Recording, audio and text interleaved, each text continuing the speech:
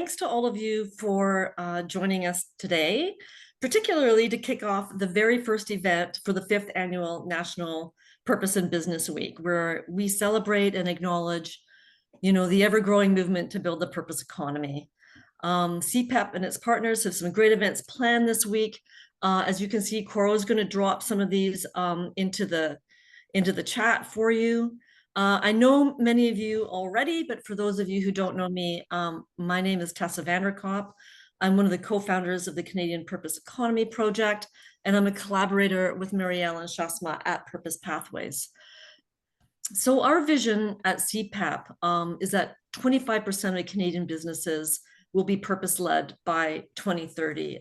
That is an audacious goal, but one that we believe we can continue to work towards.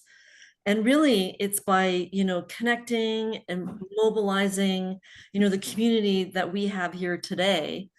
You're our ambassadors.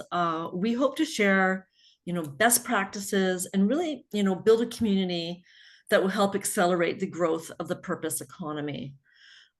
Before we get started, I would just like to acknowledge that I'm joining you today from the unceded territory of the Musqueam, Squamish, and Tsleil-Waututh Nation. I would also love to thank our sponsors. A big thank you to our founding purpose champion, Coast Capital, for their continued support and their founding support to help us grow the purpose economy. Thanks also to GreenShield, Libro, Cooperators, Vancity, Works Design, Assiniboine Credit Union, and to many others who support the important work of really building a better world for all. And just before we get started, it's been really a big year for purpose. Congratulations to a few of our colleagues who were recognized at Greater Purpose's inaugural Social Purpose Awards that happened in Toronto a few weeks ago. So just a little shout out to Maureen Young, Coast Capital for Purpose Leadership Award, and Coast Capital for Social Purpose Company of the Year Award, MCIS Language Solutions, and finalists Liz Macbeth at Armor Valve, Madeline Salerno at GreenShield, Vancity Community Savings Credit Union, and Modo. And now I'm thrilled to turn things over to Coro, our fearless chair of the Canadian Purpose Economy Project. Coro? I'm very excited to be here in the early hours of Purpose in Business Week. And I'm particularly excited about being able to introduce our rock star social purpose guest here today. And what I'm not excited about is the fact that I think I have to do that while I continue to admit everybody into the room. I don't know. We'll see how we navigate that. You all know about these crazy Zoom experiences by now. Yeah, so it's been mentioned by Tessa already that GreenShield is one of our sponsors, and we've been very keen to partner with them over the last year. And the more we learned about GreenShield, the more we have become obsessed with them and their social purpose story. And not just obsessed with them, but also with Sabrina, who is going to give us a deep dive. And we're so lucky to have her. I hope you don't mind me telling your personal story, but Sabrina is about to go on mat leave any day now, as I understand it. And so we're delighted that she can be here with us today and has made joining our session a priority. So now let me tell you about Sabrina. She is a top 40 under 40 award winner. Hello. And Vice President of Social Impact at GreenShield, where she leads efforts to embed purpose across the organization, and recently celebrated, wait for this number, improving the lives of more than 1 million Canadians since 2020. So let's have a bit of a shout out to her for that milestone. She holds a Master of Public Administration from Harvard and an MBA from the University of Texas at Arlington, and serves on the boards of Up With Women and Save the Children Canada. And you can't help but wonder how it is she finds time to work, but apparently she does. So we're going to open it up now to a discussion with Sabrina. And if you could tell us about GreenShield and its social purpose, and share how your purpose is embedded in your strategy, your business model, and your products. First, I want to start with what an honor to be in this virtual room. All of you have committed to the social purpose economy, and it just feels like such a privilege to be amongst you, to have this conversation, and to really, think about doing it together, and ensuring that Canada is the beacon of the purpose economy, and how business and social impact come together. A bit more about GreenShield. GreenShield is a national payer provider, so it is a insurance company as well as a national healthcare provider. We have, over the past 5-6 years, we've acquired 9 healthcare companies, and those are all integrated under one roof, with the belief that healthcare is a right, not a privilege. Our purpose is better health for all. We are a national nonprofit, and we have no shareholders. Therefore, we are committed to health equity and improving health outcomes for underserved communities. For us, it's not a tagline. GreenShield Cares, what I lead, is actually structurally embedded through GreenShield as the commitment of GreenShield itself. We are close to, as Cora mentioned, we just celebrated reaching over 1 million lives in our last strategy, and we're close to completing our $75 million commitment by the end of this year. We're very, very close, with the intention of actually expanding that commitment. And, really, we haven't publicly announced, but for the small group, really thinking about over $125 million there over the next 5 years, and 3 million lives. So really thinking about ambitiously where we're going next, and how this is embedded in the overall strategy. Every business line contributes to both our financial sustainability, but also we hold them accountable for measurable impact. How are they changing lives? How are they contributing to social impact? We apply this model. Many of you may have heard it. It's Michael Porter's creating shared value model. Think an infinity symbol, where the social impact drives business growth, and the business growth expands our capacity for impact. So the more dollars, the more we are committed. We are committed to at least between 15 and 20% of our earnings going back to community, just like a for-profit company would do and give back to their shareholders. We're really committed to that, to upholding the same standards for us at GreenShield, and constantly thinking about bringing that equity lens so that GreenShield can be a better provider, ensuring that we have better products and services that we offer to Canadians, through the lines of business, as well as for free through GreenShield Cares. Our payer provider model is deliberately designed to close gaps in mental health, chronic disease management, and essential medicines, where we deliver direct clinical services through our health teams for free, and fund access for low-income and equity-seeking communities through GreenShield Cares. Everything we learn through GreenShield Cares is then built back into the product, simultaneously thinking about solving health system needs and that support for equity, with the desire to ensure that everything's culturally safe. We have measurement frameworks around it, and that we are ensuring that we can run programs that can help build accessibility, affordability, and equitable access, culturally appropriate access for others. Purpose for us isn't an add-on at GreenShield. It really is the strategy. It is the differentiator of how we show up in the market. It guides how we prioritize investments. It guides how we design products and how we measure success. Well, Back to you, Cora. yes, there's so much in there we'd love to do a deep dive on, and I should let people know that Sabrina and I'll be sort of back and forth a little bit, maybe for another 10 minutes, and then there'll be time for questions.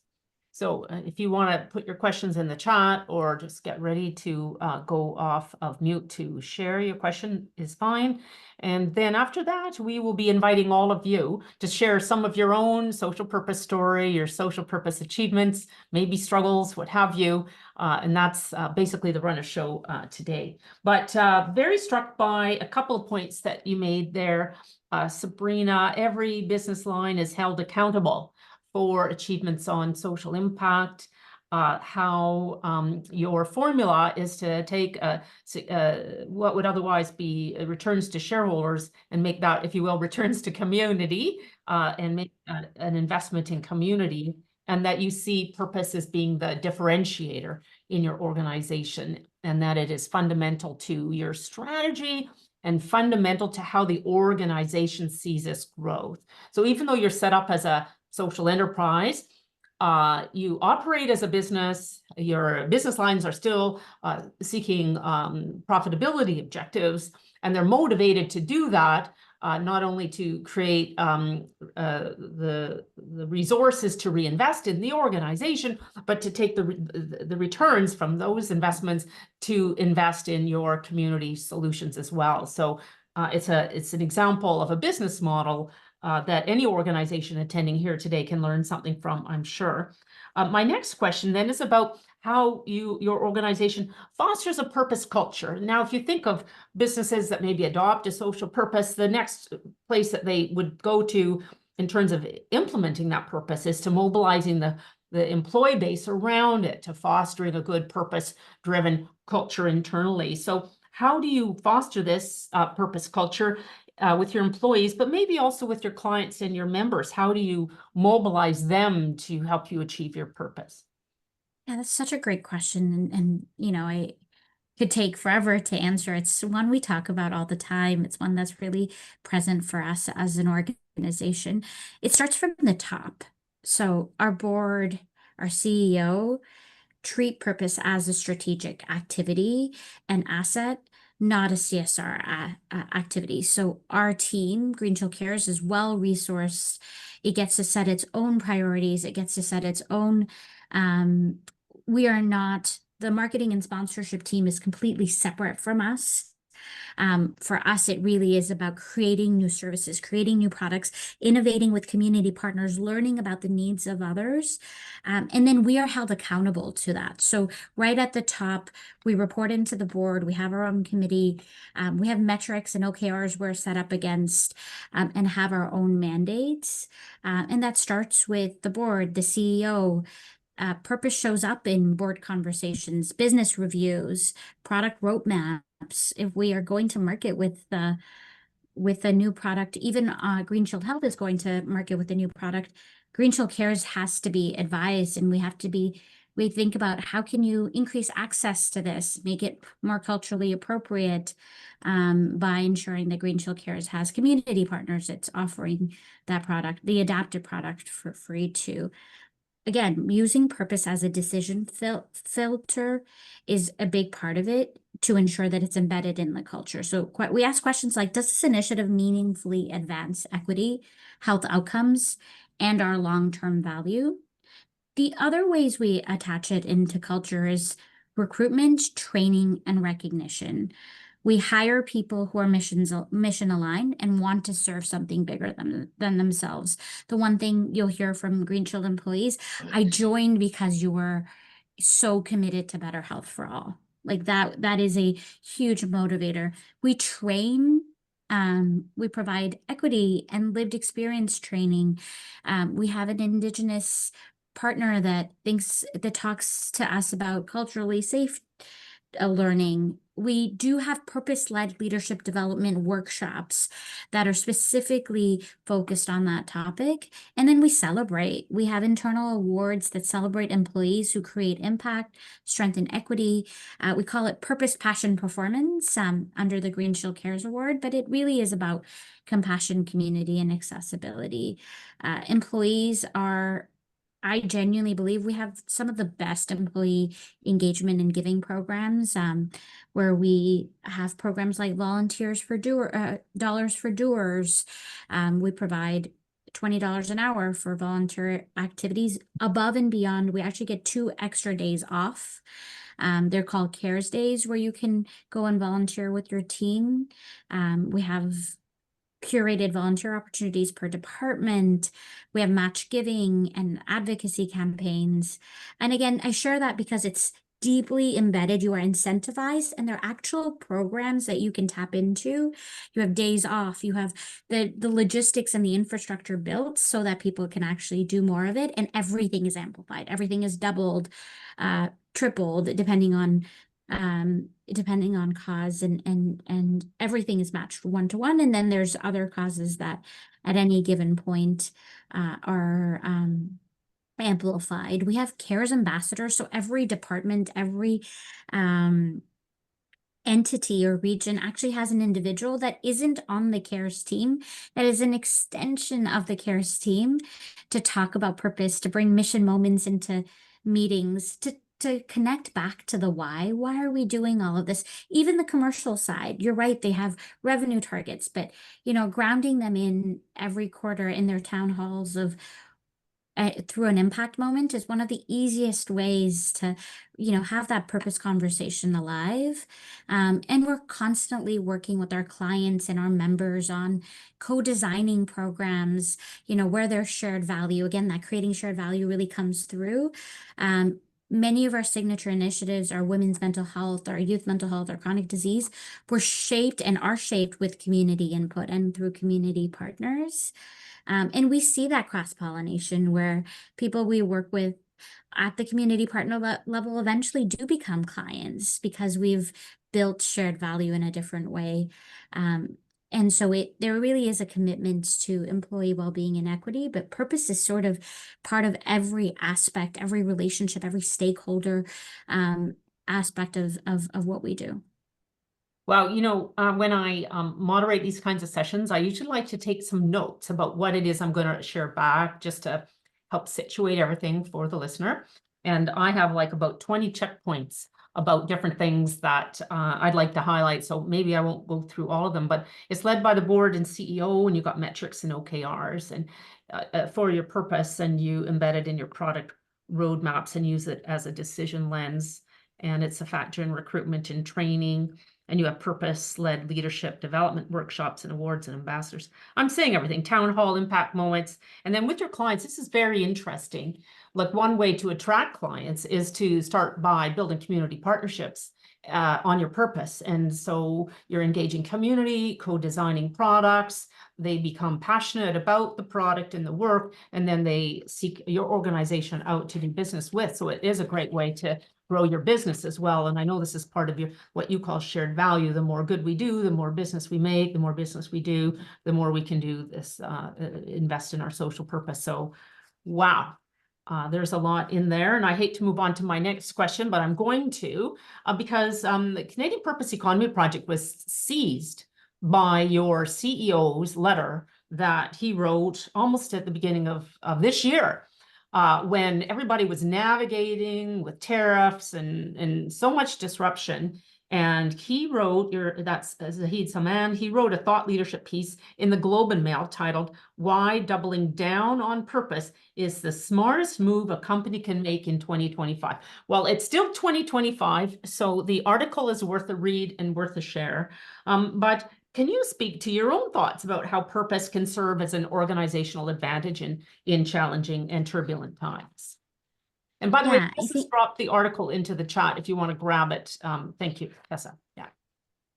Yeah, I think one of the things I really admire about him is this approach to long term. Like, we plan for the long term, we embed in the long term, we have a clear why. So, and I'll go back to the article actually, because I think he does a brilliant job. It's organizations with clarity of purpose outperform those chasing short-term signals.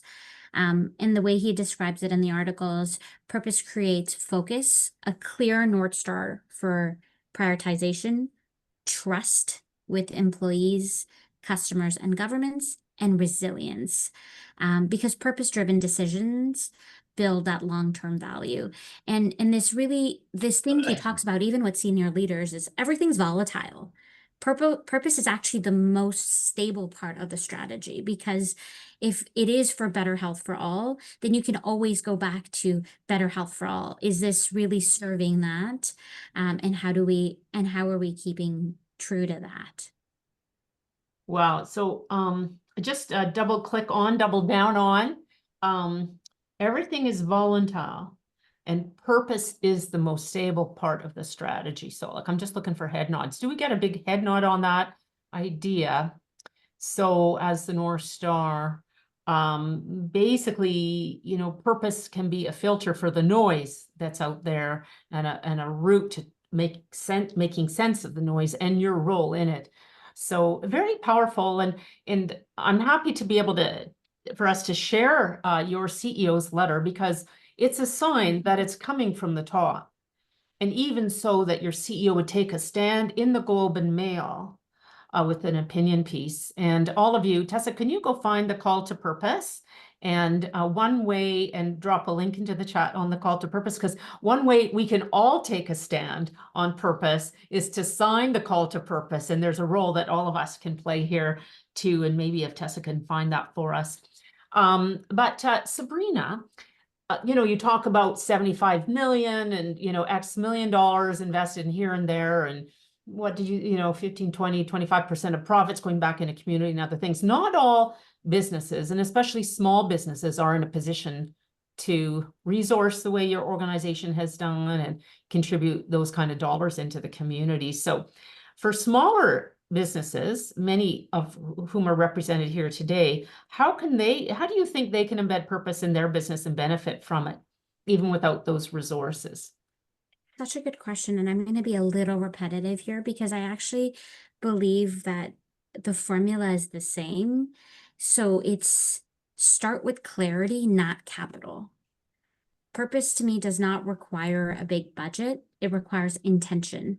So, you know, when you think about a small organization, do you have a clear why? Why every person in that company do you have a clear why that every person in that company can explain in one sentence? Here's our purpose. Here's what we stand for. And then not having it to be a sentence, but actually it's what we do on our teams, embedding purpose in everyday action, hiring, partnership, customer experience. For me, it's starting with one or two meaningful initiatives instead of trying to do everything. Even with a, you know, a large budget and, you know, resources, we focus on mental health, essential medicines, and chronic disease management. We focus on 5 priority populations. We have filtered where can we actually make a difference? What's the problem we want to solve? Where can we make a difference? And that's where we're focused. It's not about doing everything for everyone. When we want to support beyond ourselves, that's when we get into partnerships like this, Carl. Like, I absolutely want to support the purpose economy for Canada. And you are doing a phenomenal job. We're going to get behind you. We're going to be part of that conversation. But we also need to understand, where can we win? What problem do we want to solve? And really focus there too. And so just offering that, even smaller organizations, it's really about being intentional over, you know, the capital itself. For us, you know, another thing we think about is, how do you make purpose operational, not ornamental? It's not a, you know, a sentence or a statement we make, but how can you integrate purpose into product design, not just the branding? For us, it's really important to use lived experience and community voices early and often. So we're not going to design programs for someone ourselves. You know, we start our diligence, our problem. We start by falling in love with the problem. And that means talking to as many people that are actually experiencing that and ensuring that they are part of the solution. And we measure what matters. Simple metrics can go a long way, but we ensure that we are measuring what matters. And finally, for us, partnerships are a multiplier. Small organizations can amplify their purpose by partnering with other nonprofits, governments, universities, other SMEs. Purpose grows fastest through collaboration. none of us are going to be able to do this alone. And so this is a shameful plea.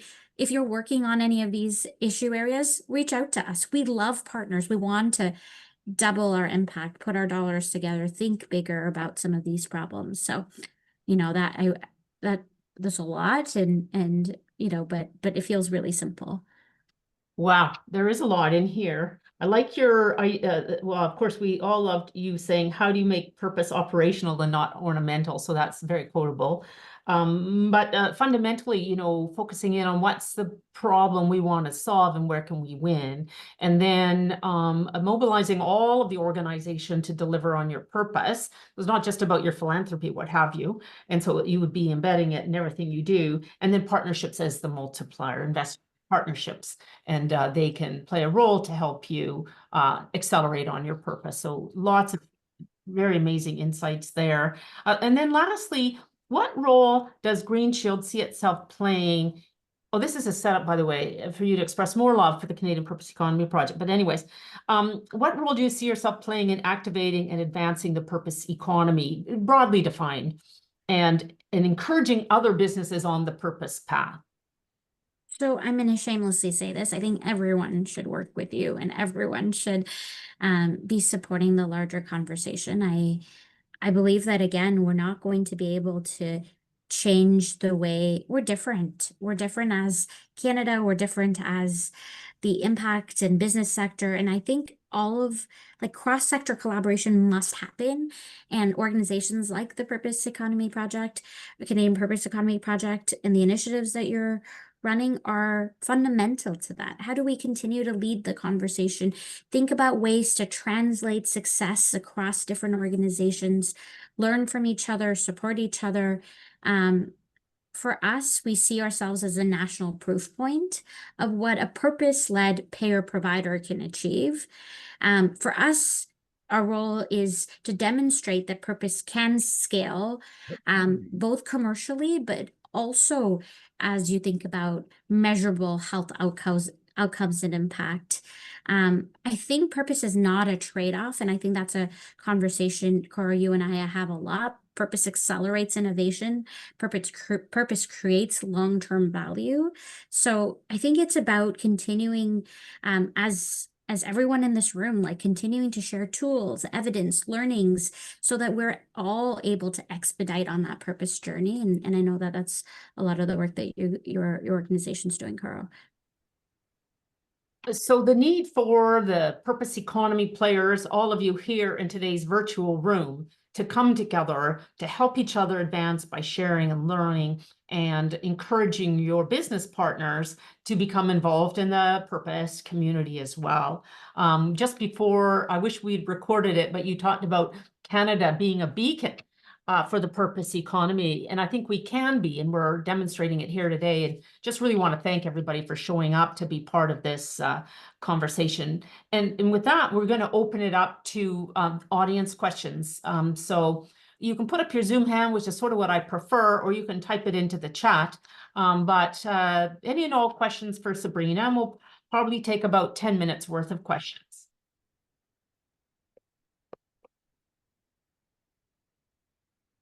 Any and all questions, welcome.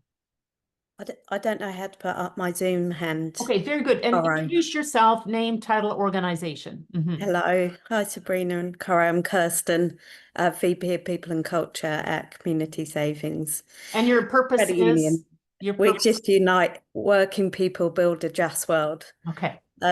So yeah, Sabrina, first off, I love hearing what you're talking about. And if you can see some of us chatting, it's because we're in the same room together, getting very excited about this for many reasons. One, because of the content that you're delivering, but also we're GreenShield's customers or members, so really great. I guess so much what you do resonates with us, and it's kind of similar, but you do it on a much grander scale. We're way more kind of humble an organisation in terms of size. Sabrina, how do you look at measuring? You talked about your engagement being linked to social purpose. How do you measure the impact of the work that you do on your team? Yeah, it's such a good question. Well, first, thanks for being a client. You contribute directly to the work we do. So think about that, every transaction, you're allowing for free mental health services, for free chronic disease services, essential medicines to community partners, and we can directly attribute that to our clients. So I start that every plan member of yours contributes directly to the work. Which is really exciting. We think of it as a community, and our community is our clients as well. In terms of measurement, impact measurement is actually a huge component of the strategy. We have a framework where we talk about, we look at it from a few different lenses. We have a larger framework where we talk about number of lives impacted. And it really isn't reached, it really is impacted. And so on mental health, we work really closely with the clinical team. We have an enterprise clinical office. GreenShield has an enterprise clinical office that has a mandate to support GreenShield itself. We really GreenShield Cares itself, and we work with the data team. And actually, all of the lines of business are responsible to report on health outcomes as it relates to different metrics. So for example, on mental health, we look at clinical metrics. Someone that has now received access to, and it's a step care model, but let's take therapy, has received access to therapy. After the first session, after the second session, after the third session, can we see indicators like the GAD-9 and the PHQ-7, which are anxiety and depression indicators, to see, are they getting better? So are we actually impacting the lives? And then we'll look at how that then implies to their well-being, their, them in their actual world, and being their belonging, all of the other factors that then can be associated with at a level 3. So again, we look at clinical metrics as part of some of our programs. With essential medicines, we look at medicine adherence. So an example is our essential medicines program is $1,000 free prescription drug coverage for individuals making below $70,000, household incomes of $70,000. So imagine those that actually don't have access to public or private care. We try to catch that cohort. And in that, the impact metric is, are they actually, if they're a diabetes patient, they couldn't afford this medication, therefore they weren't taking it. How often are they taking this medication now, and what is the medication adherence rate? So bit of nuance. Each program has its own health outcome reporting, and we do have support from the clinical teams to do that. But it is very intentional and built out. We also are starting to dabble with, and again, if there are folks that have lots of experience with impact measurement, please do reach out to us. We're always open for support, but we're actually dabbling. What are the social and economic impacts of doing this work? Looking at an SRI methodology as well. So lots in the works there, but we do right now focus on a more clinical approach. And then when we work with community partners, we take their impact measurement framework and we adapt it within ours. So we do try to provide a lot of flexibility where we do fund programs. Very interesting. Is there another question of the group?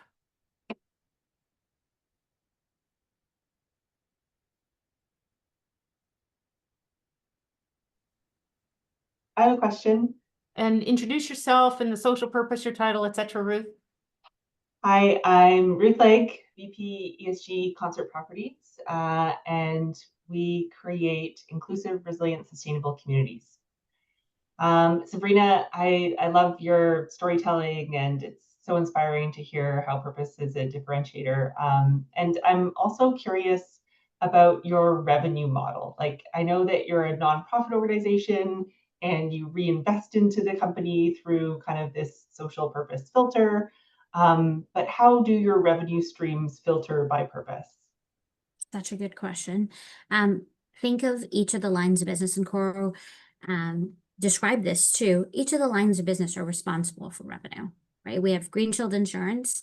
They are responsible for revenue. They're a highly they're a growing organization. In Canada, we've been growing rapidly, faster than our competitors. But that's GreenShield Insurance itself. Then there's GreenShield Health that has its own revenue responsibilities. We're the second largest healthcare company right now in Canada. And so each of the lines of business do operate as business for revenue and for commercial activities. It's just on top of their commercial activities, they are responsible to actually give back at the same time. So the GreenShield Health is a really good example. While they have commercial responsibilities, they also have impact responsibilities. The clinical office I just referred to sits within GreenShield Health. It's actually it was designed for our clients, but it also has to serve GreenShield Cares and our clients. So the same technology, same capabilities are offered to us so that we can do that work and do it with that give back model. And the budget becomes at 15 to 20%. Thank you. We're also leveraging, for example, on GreenShield Health, they have 5,000 clinicians. We give out free support from those 5,000 clinicians, right? So it's a win-win in many ways, because those clinicians are now learning how to better support Black Canadians or there's specific Indigenous clinicians that we're adding to the network. So there is a bit of a loop back. The purpose does support revenue in its own way. It creates a differentiated product for us. Trying to be as explicit about it, so hopefully that is resonating. All right. Any other questions? Maybe not. Okay, Thank you. Oh, sorry, somebody has a question. Go ahead. Who is that? I do have a Carolina. question. Yes, and you know the drill. Yes, my name is Carolina Triana. I'm Purpose Integration Specialist at Labor Credit Union, and our purpose is to strengthen financial well-being for a better tomorrow. So Sabrina, thank you very much for sharing your fantastic story with us.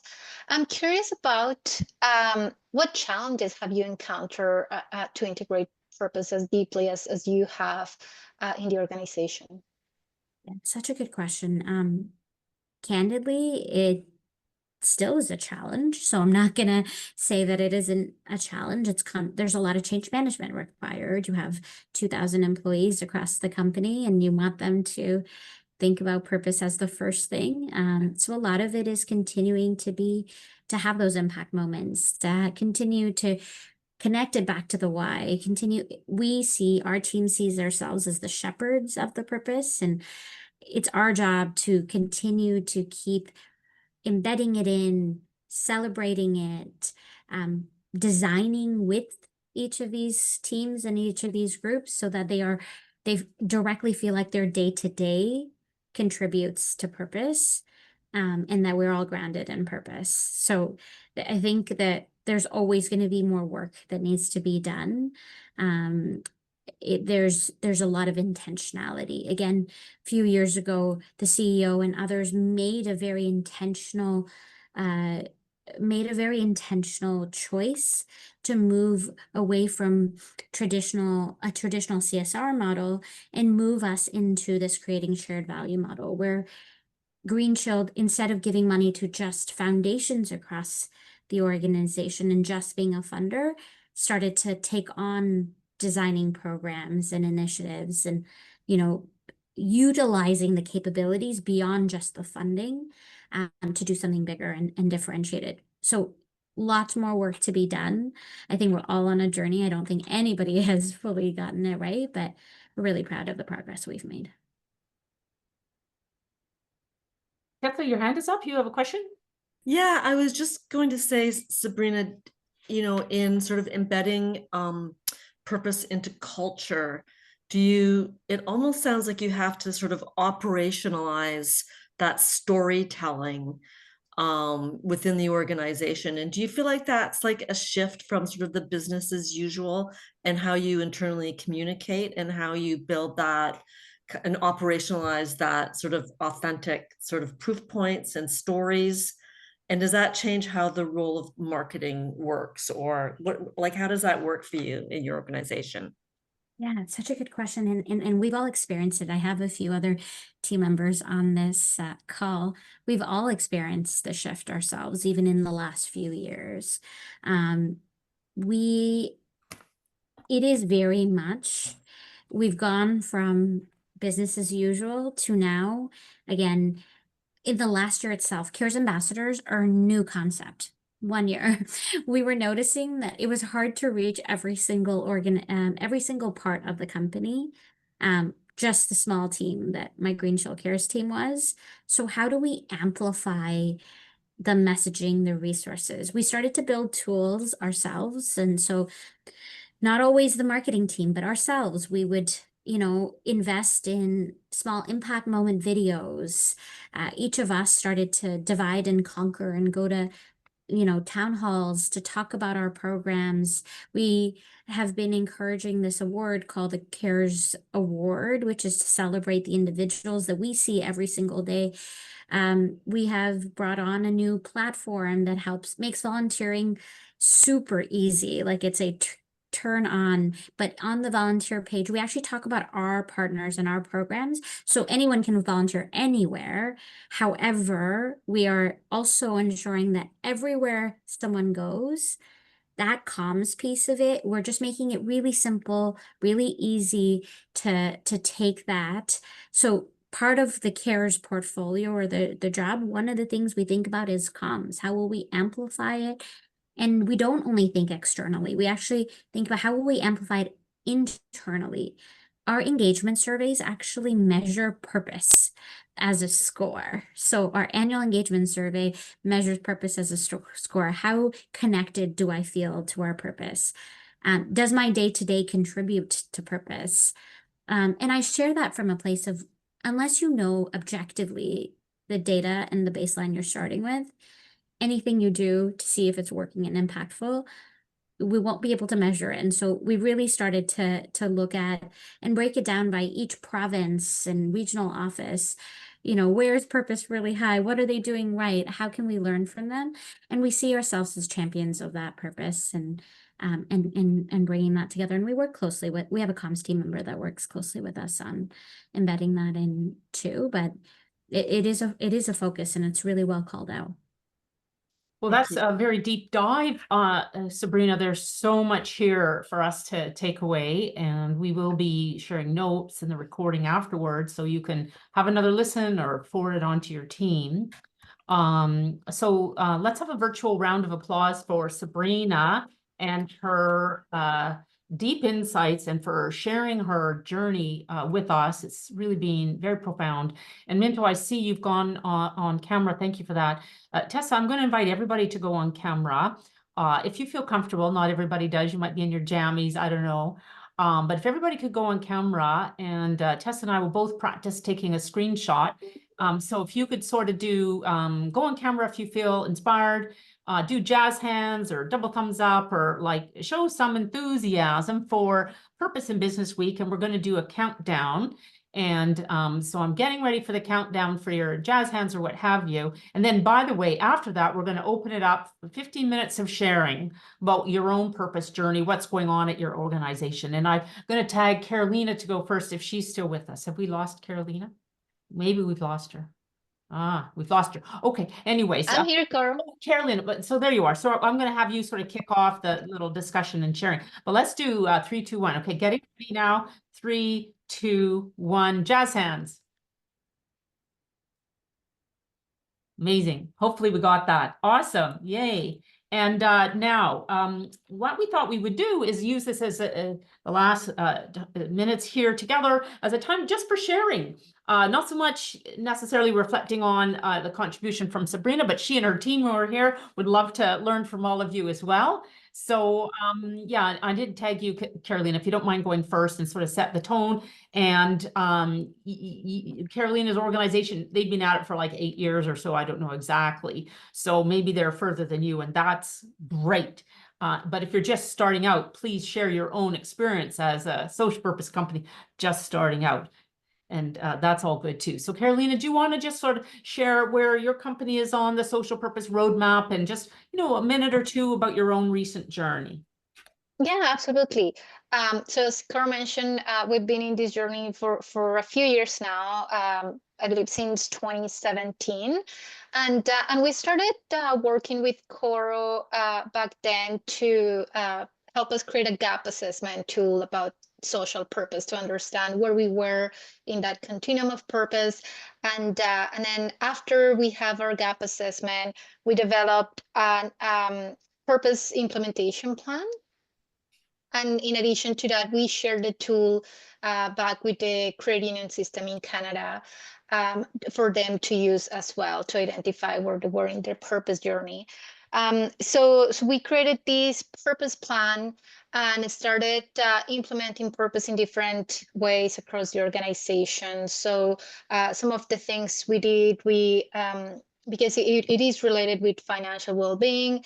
At some point, we recently refreshed our purpose, very connected to what it was before, but we were using the word prosperity. So we were working on growing prosperity, and we realized we may needed a bit of more focus. So that's when we went with financial well-being, strengthening financial well-being. But at the time connected to prosperity, we started implementing something called prosperity plans. So we were working with each one of our owners or members to identify what prosperity meant to them and help them in that journey through our financial products and services and our coaching and advice. So that's one of the things that we did. Another way how we bring purpose to life is through community investment. So we know it's not the one way how we do it, but certainly helps with that amplifying and that kind of scaling impact. So we have focused our community investment on things that help us strengthen financial well-being. A quick example that I will share of something recent is there is a community in London, Ontario, where I'm located, that a few years back they lost all financial institutions in the neighborhood, and it's a neighborhood that they're trying hard to revitalize. So they reach out to Libro. They reach out to us, let us know how this was impacting the business community in the sector, and all the development that they were trying to do to revitalize this neighborhood. And we opened a small branch to support the neighborhood, and we have been continuing to invest in opportunities to help revitalize this area of London. So we recently invested in a affordable housing complex that will support newcomers in the region to help find that affordable housing that would help them in their journey to strengthening their financial well-being. So just very quick, just some highlights of our journey to allow time to other people to share. So thank you very much for the opportunity, Coro. And I want to just share our appreciation to Coro throughout all these years. It has been fantastic helping us continue to understand how we can embed purpose in everything that we do. So thank you, Coro. Amazing, and thank you for that appreciation. But what I would say, just as a summary, first is that Libro is also a sponsor, a financial sponsor of the Canadian Purpose Economy Project. So thank you for that, Libro. I'm signaling to others, we'd like to hear just even a minute or 30 seconds of something that you might have done on your purpose journey in the last 6 months or last year or 8 years or whatever it's been. So want to hear some more stories from any of you. Somebody please prepare to put your hand up. But just as a summary, I heard that one, you refreshed your purpose. So that can happen. I heard two, that you created a purpose implementation plan to actualize your purpose and create a plan around that. I heard you say that you embedded purpose in your product and in your branches, which is an extension of your product, and of course in your partnerships. So these are just a couple of the ways that you've embedded purpose in your organization. So anybody else want to do some sharing? Ruth, go ahead. I can share. So we are a little earlier in our purpose journey, but I would say, like GreenShield and like Libro, we also see social purpose as a powerful differentiator for concert properties. And also this idea of a keel in turbulent times. So I can share a little bit more about the role for us from a strategic perspective. So I lead social purpose and ESG at Concert Properties. If you don't know us, we're a nearly 40-year-old Canadian real estate company. We own, develop, and manage residential, office, and industrial properties. So have a portfolio of about 6.6 billion in assets. And we're owned by pension funds and institutional investors that represent about 200,000 Canadians. So we formally adopted a social purpose earlier this year. It is to create resilient, inclusive, sustainable communities. And the idea of being people first, it wasn't a new concept for us. In many respects, it was a sentiment that was part of our founding principles that were crafted many years ago, as well as our focus on supporting union labor and the communities that we serve. But we took this opportunity to really clearly define and adopt a social purpose because it unites our values, our vision, and our founding principles into our business strategy. And it's not just a statement, like it really represents how we're fundamentally orienting our business model for the greater good. And so to really illustrate how purpose shapes how we deliver value and guides our decisions, I like to kind of consider the contrast. So many developers and asset managers focus almost exclusively on quarterly shareholder returns, and they prioritize this kind of short-term profit model, but they often miss elements that actually safeguard portfolios in the future. So in today's world, that can be a bit risky. So purpose is a filter that causes us to look further ahead. So by fostering resilient, inclusive, sustainable communities, we're not only creating impact, but we're also preparing for what's next. So we're anticipating new regulations. We're anticipating a price on carbon returning, the growing influence of climate and transition risks to our asset valuations. So these future-focused headwinds may not be evident in market values today, and sometimes how they show up sways in the political winds, but they are on the horizon and coming. And for us, social purpose is this way to maintain a solid footing in uncertain times, really future-proofing our investments and contributing to this enduring long-term value. Wow. Okay, so we have here from Ruth then a clarion call to purpose, a very strong and bold statement about how purpose is a differentiator and a way to navigate turbulent times and future-proof your organization. And I expect we'll hear more from Concert Properties year over year. You've just adopted it this year, and look forward to hearing what's next. Yeah, we have time maybe for another sharing. Does somebody else want us step into the fray and just provide us a little update on how they're bringing their purpose to life? Go ahead, Karen, and you know the drill. Yeah. Okay. Hi.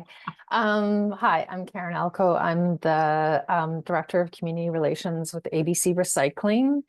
We're a fourth generation family business, and we exist to preserve the world's resources and strengthen the lives of our people and communities. So what sort of in the past year or so, our social purpose, we've really kind of moved the needle in the work that we're doing with Indigenous communities. And we've actually started a program through the Canadian Council of Indigenous Business called PAIR, the Partnership Accreditation in Indigenous Relations. And I mention this because it's because of the work that we did through the Social Purpose Institute and actually defining what our social purpose is that led us down this path now, and the work that we're doing and strengthening our relationships with Indigenous communities and sort of building capacity and kind of because we do actually do a lot of work with Indigenous communities. We're a metal recycling company, and so that's where, you know, back to Sabrina's point of like talking, not trying to do everything, but really leveraging our strengths and what we're already doing and where we can make a difference. And that's where we feel like we can make the biggest impact. So that's been a really exciting journey for us. Could you just elaborate, what would be an example of what you would do with the Canadian Council of Indigenous Business, or what would you do in an Indigenous community vis-a-vis your purpose? Just like one example. One example. Well, so one example, there's certain criteria that we need to fulfill that it's like it's a roadmap. So one example would be, so when we're entering into, let's say, a new partnership, like formal partnership with the community, in addition to there being, revenue sharing, there also would be something, codified in the partnership that we would, provide, or employment opportunities, let's say, or there's other criteria, and this would all be laid out, or procurement is a big piece as well. That would be another good example. So as you move into new communities to help them with their scrap metal recycling, et cetera, you create MOUs with Indigenous communities, prioritize Indigenous communities, and then in the MOU, there's job creation for Indigenous people and procurement for Indigenous business. So I'm just kind of wrapping that up as a way you are imagining the growth of your purpose. So we'll leave it there, Karen, and thank you for sharing, because you can see the profound approach that ABC Recycling is taking to bring their purpose to life. I'm going to hand it over to Tessa because we really want to wrap right at the half hour here. So Tessa, if you could bring us to a close. Perfect. Thanks, everyone. Well, thanks, everyone, for joining us today. We started this about a year or so ago, maybe longer, and we're just going to keep going because it's so important, I think, to convene this community. So we'll be inviting all of you to join our next workshop next year in April 2026. Hard to believe we're saying 2026. We're going to be hearing from Liz Macbeth from Armor Valve and Maureen Young from Coast Capital, who will be sharing their approaches and outcomes of their recently published purpose disclosures. So we'll be reaching out and putting a hold in your calendars for that date in January. Also, don't forget, we have the social purpose roadmap. I'll pop that into the chat in a second. That will help you really understand where you are on your social purpose journey. Please, if you haven't already, sign up for our newsletter, sign the call to purpose, encourage others to do that. Follow us in LinkedIn. And last but not least, this is Purpose in Business Week. Please amplify your stories. We really want to hear from all of you who are doing this incredible work. So thanks so much. And I'm just going to pop all this in here right now. I did already. And because there's 30 seconds, I saw a Mango's note. He owns Finest Beans Coffee, and they are soon to launch a brilliant coffee. So at a future storytelling time, Mango, we look forward to hearing more from you. And just to circle back to thank Sabrina and her team and your organization for all that you're bringing to equity and equitable health outcomes for Canadians, to better health for all Canadians, and to your support of the purpose economy and growing it and sharing your story and encouraging others to become part of this grand enterprise to transform the business model to a social purpose business model. So thank you to Sabrina, your team, and Ruth for sharing, Carolina for sharing, Karen for sharing, and for all of you are doing to help bring the purpose economy to life through your own social purpose. Thank you so much, everybody.